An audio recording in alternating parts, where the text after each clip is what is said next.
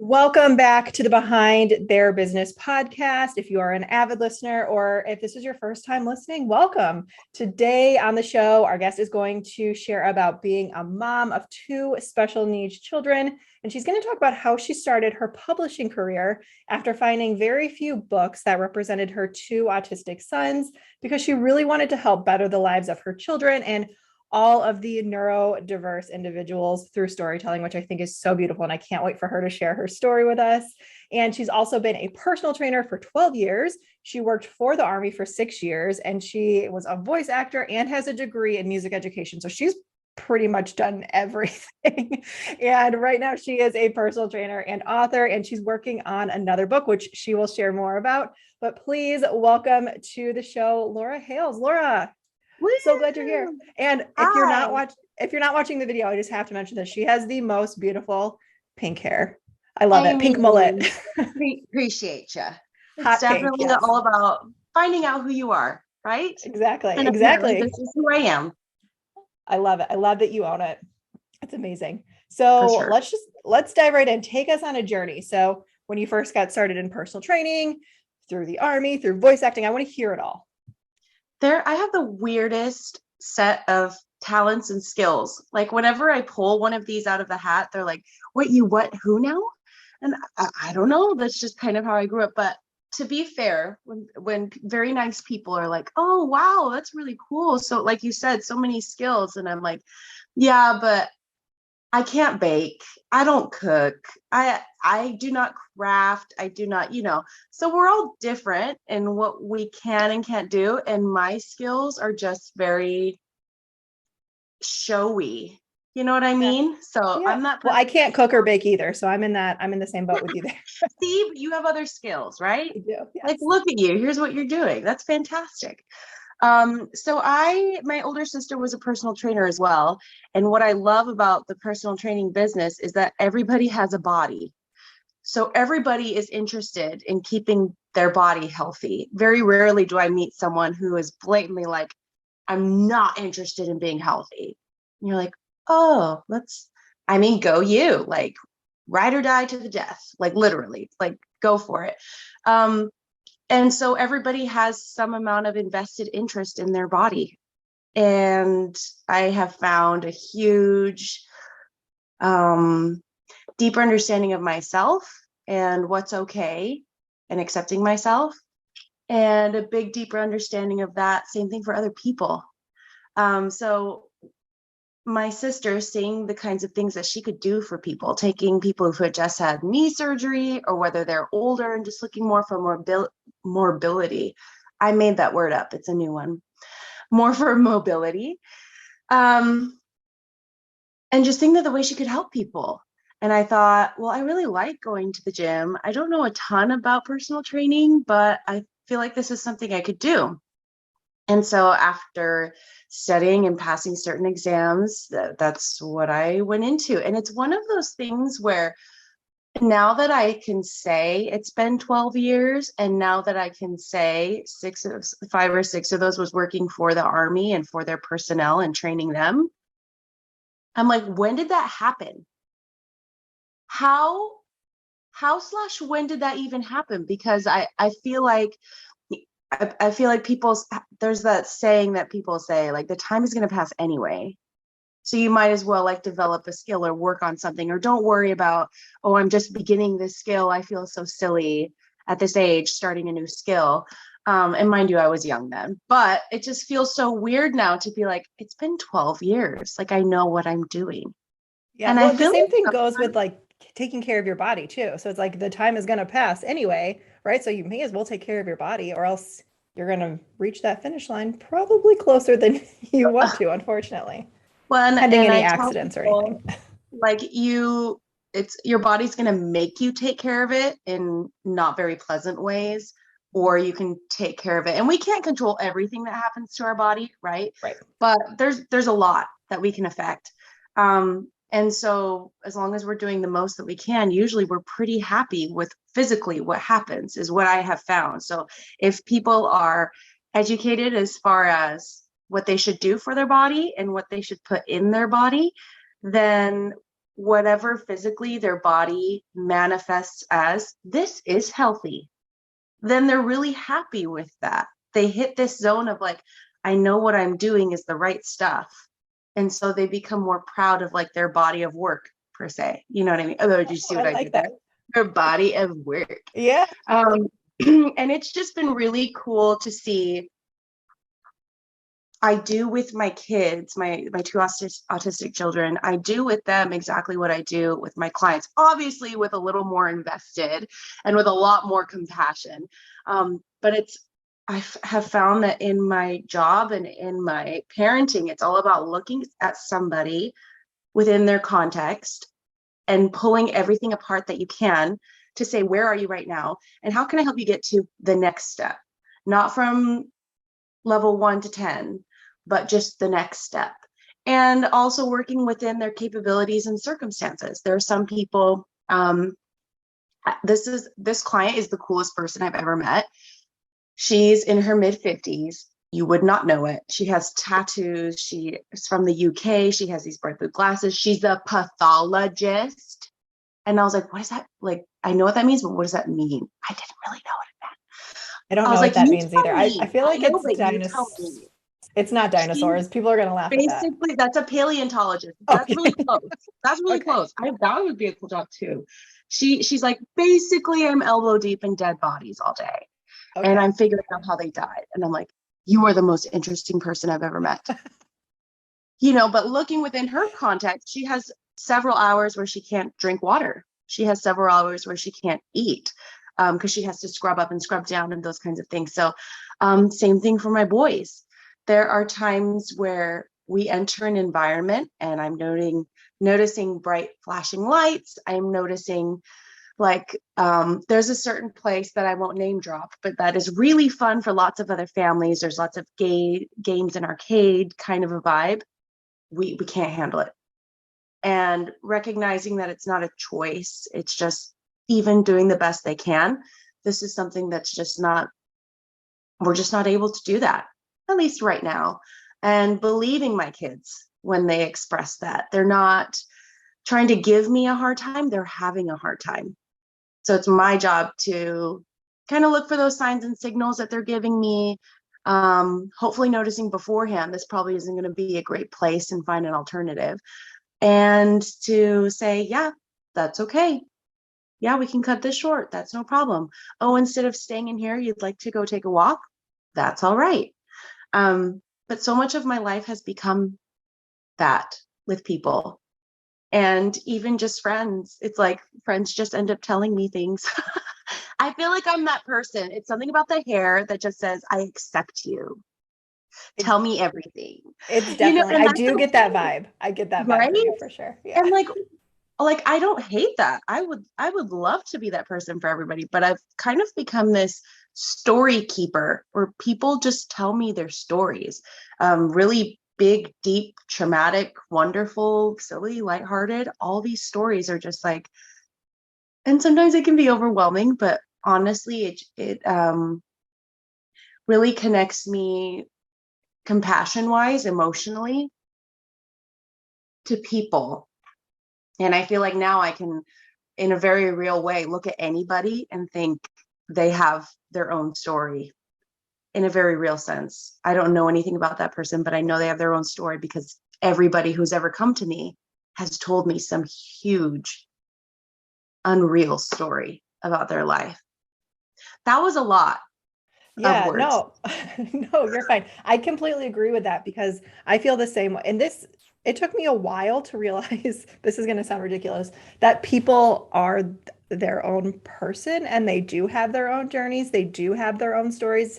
Because I feel like, especially when I was younger, teenager, early 20s, I was so quick to judge other people. Like if they made one mistake, they would be the worst person in the world, not taking into account, oh, maybe their past experiences shaped that decision that they made in that moment.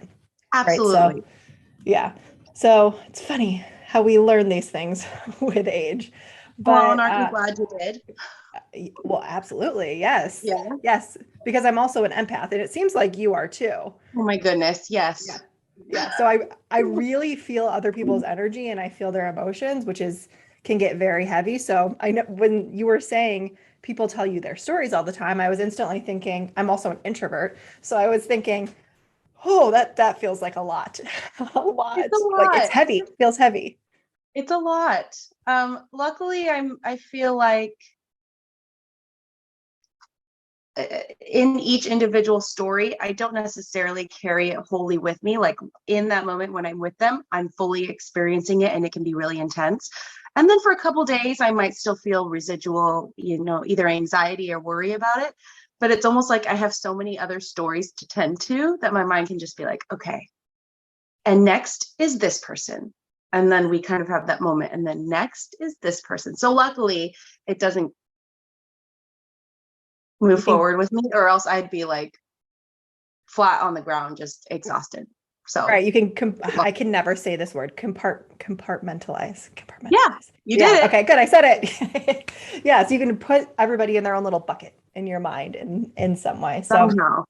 I yeah. think maybe it was just like a survival instinct. My brain was like, you can't do this. What are you thinking? You can't take on all of this. Like, we're going to put this in here for now. And next time, you just pull this out. I love how this camera angle, I know half the people can't hear me.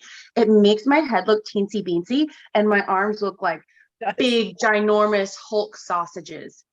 And I'm like, that's I'm so going funny. to take over the It's great. It's great.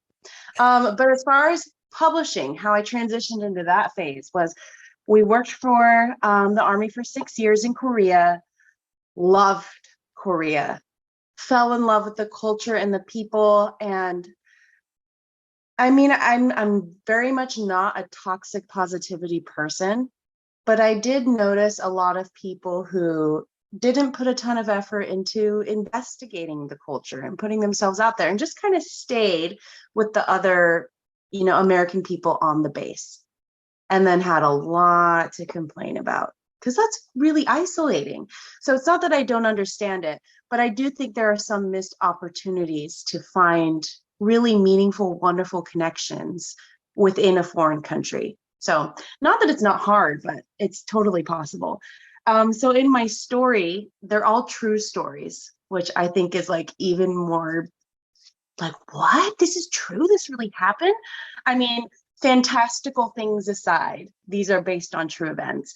You're going to be like, no, Laura, actually, that big inflatable pretend thing didn't talk. Don't think so. Okay, that's true. It didn't talk, but based on true events. And this experience happened in Korea with a Korean stranger. I keep looking down because I'm looking at the cover of my book when I say it. So all your listeners can't hear, but on the cover you can see that there's like Korean writing and Oh it's like a yeah. storefront. And this is like in Korean, this actually says sale, sale. And this is Hanan mobile. So this would be Hanan is the name of the store, and then mobile is like for cell phones. So it's very much in Korea that it takes place. And if anyone's been to Korea, they would recognize a lot of things that you're like, oh, GS25, which is like the 7-Eleven there. It's like super iconic. But what happens is my son, who again is autistic, we are going to his Korean preschool, and transitions for him and attending school in general is a huge struggle. And that's not good or bad, it just is. And so one of the I'm things that gonna we do, pause you. I want to pause for 1 second. So you had your son, your one son while you were over there, correct? so Okay. I gave birth to him in Korea. That's a Okay. whole other experience. Yeah. I mean, if you don't Yeah. mind sharing, that sounds really interesting. I would That love to hear was about that. super, super interesting. So we actually came over to Korea when I was 6 months pregnant, which I mean, go for it, friend. What? I look back and I'm like, who? You just what? Like, I'm such a planner. And I don't know that I'd say control intense, but like feeling out of control is definitely not what I enjoy. But I just had this sense that this was once in a lifetime and that we were going to love it. And both my parents lived in Japan for quite a few years, and my mother is American.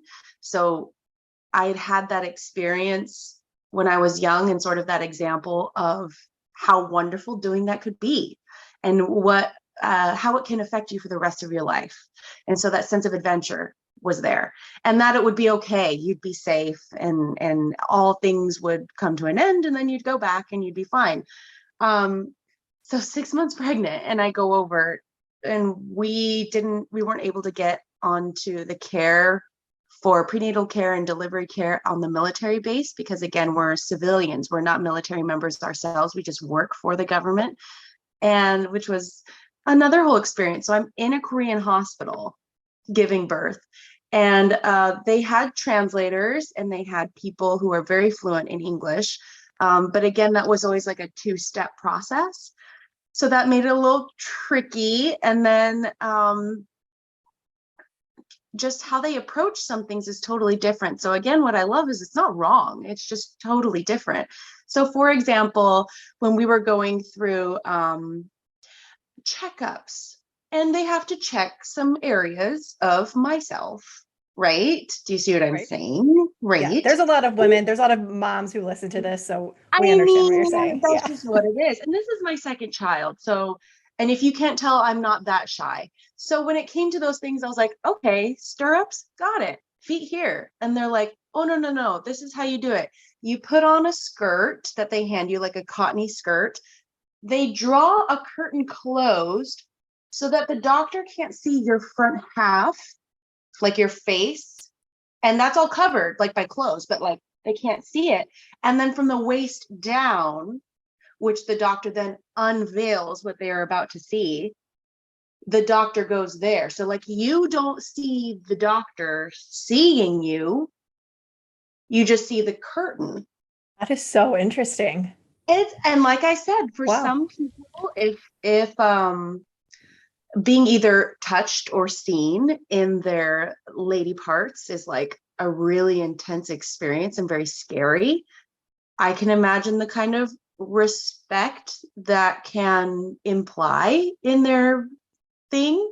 But for me, it was just like, you're looking at the one place that I'd be like, oh, please cover that up when you look at me. Right. You know what I mean? But instead it was like, well, we got to look there, but we'll cover everything else up. Like, okay, you can't see my nose now. Like, good. You know Right. I mean? No, I get it. But I do like Yeah. that they have that. I wonder if they have that as an option here in the US for people. It's And they very just interesting. slid it across. And it was the same thing for a lot of other parts of that. The doctor was literally there to catch the baby. That was it. Everything else was done by the nurses and natal nurses that were there, which I didn't really mind. So you did everything station to station. So rather than it being like, hey, welcome to the doctor. I'm the doctor. I'm going to be doing your ultrasound. Great. How are things going?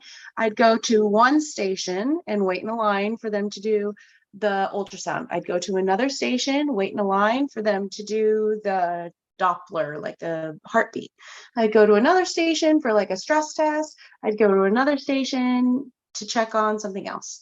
And that's just kind of how it went. You just, and is it more efficient? I'm not sure. Maybe was they're just able thinking. to see a lot I of was just patient thinking about information. efficiency. Yeah. So in my head, it's kind of like, have you ever been to those McDonald's that have two lines? Like the It's drive-throughs? like the split. Yeah. Yeah. Yeah. So I would have to see the data, because part of me is like, I swear I'm waiting the same amount of time, even though you're splitting, but maybe you're seeing more people. So I'd have to check it. I don't know where that data is available, but I'd have to check the data. I would be curious. There's a Chick-fil-A by us that, well, I mean, Chick-fil-A is always packed, but they have the 2 lines too, which then turn into 4 lines just because there's always a zillion people there. But after you go Right. through, then it turns into 4. So it's confusing, but it works. They have a great system. Oh, they're like robots. Yeah. I don't know how they do it. So the only other big difference and interesting point is that when you're in Korea, in restaurants, you don't wait for someone to help you. You say, excuse me, in Korean, and they come help you. So whether you want to order, whether you want more of this or that, whether you say this is too, I don't know, whatever you want to complain about or say this is great, you call people over. What I didn't realize, we had only been there for 3 months at that point, was I needed to do the same for hospital things that I needed. Oh my gosh. So, for example, I won't go into detail of what it was, but there was quite a mess on the floor of something that needed to be cleaned up. Like needs to be cleaned up. I had just given birth, and nobody did anything. And the nurses would come in and like go around the mess and then just like come talk to me. And then they go around and then they just leave. And so my husband and I, American culture, it's like this passive aggressive, like I don't ask, they just provide it. We were like, what is going on? Like they see it, obviously. We just kept waiting. And if we had just like, they were probably thinking the same thing. Like, why aren't they asking us to do this? It's disgusting, and These we're crazy just like, Americans, they just love puddles on the floor. like they didn't change the sheets. Really? Like how Oh, gross is because that? you would have to ask. We probably would have just been like, hey, can you change the sheets? And they're probably like, finally, finally, we've been looking at those and they're disgusting. She's just sitting in it, and like we're both like, so both parties are just looking at each other like, you are disgusting. What is wrong with you? So yeah, if you ever go to a Korean restaurant or a Japanese restaurant, it's the same. And you have, just feel free to say, hey, excuse me. A lot of times they're expecting it. And the same with if you have Korean or Japanese customers in your restaurant, if they constantly say, excuse me, or over here, that is what they do culturally in their country. Now, obviously, it's up to them, I think, to try their best to figure out the customs of the country that they're in. I think that's kind of inappropriate. But I know I messed up so many times when I was in Korea. So to extend everybody grace. But yeah, now that I think back to, because I did used to be a server for a long time, it was sometimes felt like customers were being disrespectful by saying like, hey, over here, like being called. And now that I look back, I'm like, no, that's absolutely appropriate in that culture. And now my husband and I have a really hard time just waiting at an American restaurant for someone to say, like, come say something to us so we can be like, yeah, actually, we've been ready to order for like 15 minutes and can we have some water and we're ready for the bill. Because in Korea, you're just like, can I get the bill? Yeah, Please. I like that system better. My husband and I, we actually went to a restaurant recently and they had like a stoplight system. So it was green was at the top, and that's when you want to order. So you order your food. Yellow was if you needed anything, like if you need utensils, napkins, you would hit that. And then red is I want my check. So it was like a similar system, but you just hit the button and it would light up. It's like, that is brilliant. I like that. I love it. Right. I I'm just know. not about that passive communication anymore. I just don't have time. Right. Like, let's just talk about it. Let's just get to the point. So when I was thinking about being a story keeper, of all these people's stories and how it helps me emotionally connect to people, there's something about, especially being an empath, like you said, there's something about when someone tells you their story, you become invested and you're like, I need to help. What do we do? And, my friend is telling me this, like, this happened 20 years ago, but for me, it's like, but then what? And I was thinking of,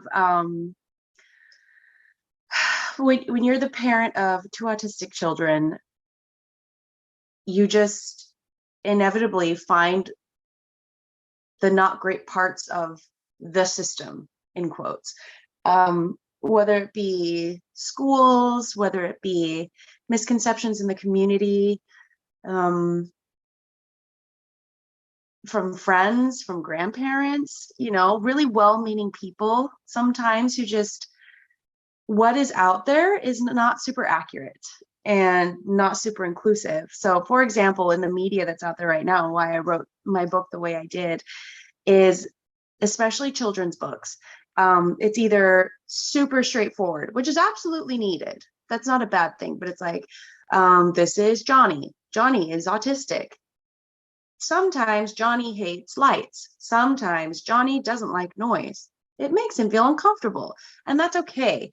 But what I was hoping for with my book is to present autistic people and their families as people would find them in the community. So if you didn't really have experience with autistic people, this is how you would see them. You would see them on the street walking by. Our next book takes place in a grocery store, because how many big moments have we had with our children in the grocery store? Mm-hmm. I don't know how there aren't more stories that take place in a grocery store. So many meltdowns. That's how you're going to, right? Yeah. I'm glad some of this does. That's how you're going to encounter these people and situations, is in these moments. And you're not, I don't know if anybody else does this. We don't have like a sign on us that says like autistic. And as you know, generally there are no physical markers to autism. So there are sometimes like when you see an individual who has Down syndrome, you have this altered set of expectations because of the physical markers that they present. So you might say to yourself, oh, well, I mean, he's carrying around a stuffed bunny. But, I can obviously observe that he has Down syndrome. So that makes sense, or he needs to do whatever he needs to do to feel comfortable. I understand that. What's tricky about being autistic is there are no physical markers. And I don't know that I would necessarily say I wish there were, but it just becomes tricky because it makes it harder for people to extend that grace and just say, well, it looks like maybe something else that I don't understand is going on. So I'm just going to give them the benefit of the doubt and either try to help them or try to give them respect by not staring or making comments or laughing. It's so uncomfortable. And while we get a lot of, I shouldn't say a lot, while we get some really not pleasant moments with public people, what I want to highlight in these books is we have these exceptional heroes in every book that are just random people either doing their job or going a little above and beyond, who to them it's just like a normal day and they're just doing something. But for us, it is the world. It is literally, like I talk about in this book, it was a construction man. You can't really, let me see if I can, again, your listeners can't see it, I know. So there he is. That's our isn't he adorable? Yes. The only actual photo I have of him is a screenshot of a video, and it's like half his face. But he has the biggest, most genuine smile, crinkly eyes. His smile, like he was happy to see my son happy. Not just that, like, well, I don't know what's going on, but I guess I helped, whatever. And the same with our next book. It's somebody who just does the smallest, simplest thing. And for us, it's this huge, faith in humanity redeemed moment. So as much as it can be tricky and it puts us in these vulnerable spots to say, we need help. And people are either going to stare and laugh or make snide comments, or we also have the opportunity for these amazing experiences, which have happened maybe a dozen times. And that's what this book series is based on, is those dozen times. And so each one is like this, you're kidding moment. That person did what? And people are just fantastic. Like, I can't tell you, with all the struggle we have, how amazing people are in just being kind. Yeah, no, I think that's so beautiful. And I love that you're kind of approaching this from a different perspective, like telling stories about how your life has and your kids' lives have been impacted by the generosity of complete strangers, which costs them nothing, right? But just their kindness, which is Well, and I amazing. know that a lot of people don't really know what to do, right? So a lot of people who maybe stare aren't staring because I am judging you and I think you're a terrible mom and I think that's a terrible kid. But what do you say? What do you do? I don't want to get in the way. I don't want to seem imposing. Also, it's a spectacle. We are quite loud sometimes. It's hard not to say what is even happening over there. So I don't think it's always with bad intent. I think a lot of people just don't know what to do. So also just giving people an idea of what would be really helpful. Like, I was this just would going to be ask really if you could helpful share for us. that. Like, what would be Yeah. helpful? What would be helpful? So if you see somebody in public having a meltdown, if it's a child versus an adult, different things. For us and for me as a mom, if my responsibility is to care for my child, what would be helpful to me and my child? If I am shopping, put my stuff back. Or bring my cart to the associate. Like, if it's so bad that I just have to take off, and that has happened before, part of what keeps me from just leaving is that I have a cart full of stuff. And or maybe my child has made a mess. And that doesn't mean you have to clean up the mess, but call an associate over to say, hey, Don't worry about it. I'm going to tell that guy right over there that you made a mess. Go to your car. Go do what you need to do. That is huge. Maybe if I've had to put something down, or something's been thrown, if someone can pick it up for me to bring it back to me. Hey, I'm going to put this over here. You're doing awesome. And then give me space. Sometimes if it's in a really crowded place, which would be really unfortunate, if you could be somebody that helps provide some space, like if there's a lot of people around, if you can help be like, kind of not like pushing, but just like helping to let people know like, hey, give some space, please. We're just having a hard time. That would be fantastic. And again, those are all pretty interactive things, which might be really uncomfortable for a lot of people. So if that's not your jam, just a smile would be huge. It's huge. I was just going to say, even my son's not autistic, but when he does have meltdowns, just in general, somebody smiling or somebody saying you're doing a great job, or my kids do the same thing, my grandkids, that sounds just like my grandson. I had many people at our gym tell me that, like, oh, he sounds just like my grandson. You're doing a great job. Like, that means so much, because in that moment, I feel like a failure who is annoying other people because I cannot control my 3-year-old who's having a meltdown on the floor of the gym in this moment. Yeah. Well, and they must all think I'm a terrible parent. They must all think he's a terrible child. This is the first and in that moment, you feel this is the first tantrum that's ever happened in the world. You know, it's the only one that's going to happen. And it's a sign that I'm not meant to be. Just this huge spiraling process, because we were experiencing a moment where we in society have told us that we need to be in control of another whole entire person, which literally not possible, right? Literally, that's not a possible thing. It's another human being. Now, does that mean we're not responsible for doing everything we can to make sure that they're making appropriate choices, that they're safe with other people and themselves? Like, of course not. And there's so much influence that we have. But dropping for me that expectation of that he's an extension of myself, therapy was huge. And then remembering he's having his own life and his own experiences in this moment. And my job is not these people's expectations. My job is my child. And whether he is screaming, whether he is doing things that are, embarrassing, struggling, having a hard time, all of this is not my business. This is my job. This is my child. So that's been huge. A huge shift, which helps, but it's easier said than done, of course. And there are good days and not as good days. It's never pleasant, but the tolerance has increased. I can definitely I literally don't know these people. I have a pink mullet. Do I really care what people think? Exactly. Pretty sure that went away a long while ago. Also, welcome to your 30s. This is a great time. You get to just build this oh, you think that? Literally couldn't care less. That is amazing. 16-year-old me would be balled up on the floor crying her eyes out. Yeah, something happened when I turned 30. I just stopped caring about it. It's great. I stopped caring. I really don't care if you think anything about me right now. And it's so freeing. It's great. It is. Absolutely. Now, with the exception when my son has a tantrum every once in a while, and then I feel like a terrible parent and people are watching, but it happens. Yeah, right. Giving myself grace, right? Hi, Leo. What's up, buddy? What's up? That's my Leo. Buddy, he came to join us. Yeah. How's it going? Good. Did you really want to come see, even though I asked you not to? To see. You want to see? You say hi?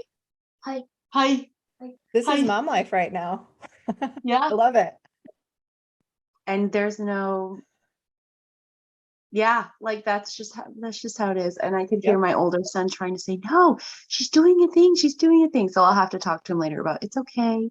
I just said, you can't literally control another person. I'm not editing that out. We're keeping that in there. You can't. Oh, you should. We're going to go to Burger King, guys, after. So this is interesting. One of the things that, there's a bird outside. one of the things that he has a hard time with and a lot of autistic people do is food sensitivities. So because senses are either really heightened or diminished, and every autistic person is different. It's like an autism soundtrack. Like this is what it sounds like. So one of the very few things that he really enjoys are something called chicken fries from Burger King. Oh, those are good. They have to be freshly cooked. If they are not, they get kind of hard. So I request freshly cooked ones, and they are his favorite and the closest thing to protein that he gets. And we do the best we can. Leo, you know what I'm talking to my friend about? What? About the book I wrote about you. I hate the world. You hate the what? I hate the world about You hate that I wrote about you? no. Oh, Yes. yes. No, yes. You change your mind about that sometimes, huh? Change my mind. Sometimes you get real excited, and sometimes he's like, I don't know about that. Oh. Huh. And that's why we changed the name on his book, actually, so that he could have more anonymity as he gets older. If he doesn't want to be known as that kid, that's why the name of him in the book is different. Just so we can that's smart. give him some more respect if later in life he decides, I don't want to be. Just do it. Just do it associated with that. Yeah. Well, that's amazing. What is he going to do? Oh. Yeah. I was just going to say thank you so much for sharing your story. Thank you for introducing me to Leo. Yeah, I'm glad you got to meet him. Yeah. It's not Oba. It's my friend. He's not looking. He said, hi. You want me to close this cap?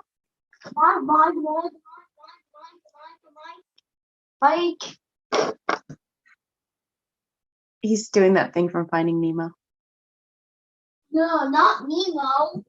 It is from Finding Nemo, but I think you saw it on YouTube being quoted from something else. I think it was from Mikey Box? Mikey Box. Oh. Autistic people also do a lot of scripting. So they'll take these small words, phrases, or even big words or phrases from different YouTube videos or TV shows or movies, and then they'll repeat them. And something about revisiting that. I don't want to repeat them. You don't want to, but you are. Like makes them feel good and like brings them a lot of something about using words and speech of things they know feels good. That's very interesting. Sometimes like speech and words and thinking of how and what to say can feel really uncomfortable with them. And again, all autistic people are different. But if it's something that is from a movie or from this, they know how to say that to what they should. So they just repeat it and repeat it and repeat it. And they know I'm saying this right. Then this feels right. Yeah. So that's always a really interesting thing to hear. So you might hear autistic people repeating something, and that can be in times of distress or when they're very excited or when they're just trying to communicate something, or they're doing their best to connect with people. So I have a friend whose son will script like whole passages of movies, like a whole thing. And he's not necessarily, at least his mom says that he's communicating a specific comment or desire or message, but that he's just saying, I'm connecting with you. And how I observe people connecting is through talking. So I'm talking. Okay. That's so interesting. To make a good for connection. Isn't that, that makes a lot of sense though. It really does. It really does. Wow. I've learned so much today. This has been great. Oh, I'm so glad. That's what I'm hoping for with this book, is that the same emotional connection that we make when we hear people's stories is what I want to make with this story. So we validate the experiences that our main character is having when he's struggling and having a hard time. We don't say like, oh no, this is bad, don't do that, or we don't ignore it, or we don't put flowers around it. It's just like, this is happening and this is why, and that's okay, and this is where it comes from, but in a more storytelling way, and helping people connect and say, you know what, I have felt that way before. I have felt like some piece of my routine is gone and I don't know what to do now. I am so lost. I can't function, and I at a loss. And that happens to Alex in this story, is that when the drummer, the inflatable thing, becomes unplugged, that Alex experiences sort of the same thing, that feeling of being unplugged. And I don't understand how life can go on. I don't understand, everything of my routine that's been this way that keeps me safe is gone. And same with the next book about food sensitivities in the grocery store, is validating those experiences, why and how they are doing the things that they are doing, and just helping people understand, oh, so if I see a bigger kid holding like a plushie, it makes sense, because I've heard about this book, and they said that sometimes autistic children find comfort in uncomfortable places with something that's familiar. And that sensory wise, there's an area on the drummer plush. Okay, first of all, how adorable is this? There's something on the drummer plush that in the book we talk about, he rubs his lip on the brim of his hat. And that sensory wise, it's a very soothing thing for him. Play the laboratory. Plays the laboratory? Play the laboratory like the lion. Oh, you want to ask him if he'll play Kirby with you? Yeah. Go ask him. What you ask? Well, I will, but I'm talking to my friend. So if you ask him if he'll play Kirby right now, I think he'll say yes. I say no. He might, but I think he'll say yes. First-hand experiences. Right. And that's why the episode is called Behind Their Business, because this is real life right now. This is what's actually happening. And like when that happens, I hate to tell you, and I assume this is not how you're thinking, but my kid comes first. So like even in this moment, and again, you just like sit there so respectfully and just like wait, which I so appreciate. But I have just learned that like I take that moment and we talk about what he's talking about, and then I come back, and that's my life. And that can be tricky, but it's also amazing. And that's kind of what these books describe, is that things can be tricky, but there are also moments in people, and just like gratitude, these moments of just things that would be not a big deal to other people are amazing to us. Yeah. And being able to share that with other people. Yeah. Can you tell everybody the name of your book? Yeah. So the book is titled Alex and the Drummer. And so there's the drummer right there, and there's Alex.